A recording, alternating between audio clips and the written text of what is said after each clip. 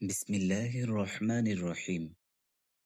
قال النبي صلى الله عليه وسلم: ليس الشديد بالسرعة، إنما الشديد الذي يملك نفسه عند الغضب। প্রিয় নবী সাল্লাল্লাহু আলাইহি ওয়াসাল্লাম ইরশাদ করেছেন,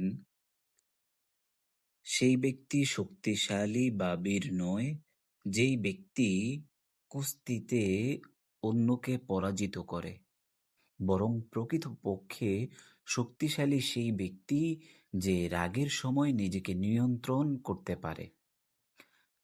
এই হাদিস থেকে আমরা যে শিক্ষা পাই সেটি হচ্ছে, রাগের বশবর্তী হয়ে মানুষ যেন কোনো অন্যায় বা ধ্বংসাত্মক সিদ্ধান্ত না নেয়, বরং ধৈর্যের মাধ্যমে পরিস্থিতি মোকাবেলা করতে পারে। এই হাদিস আমাদেরকে এই শিক্ষা দান করে।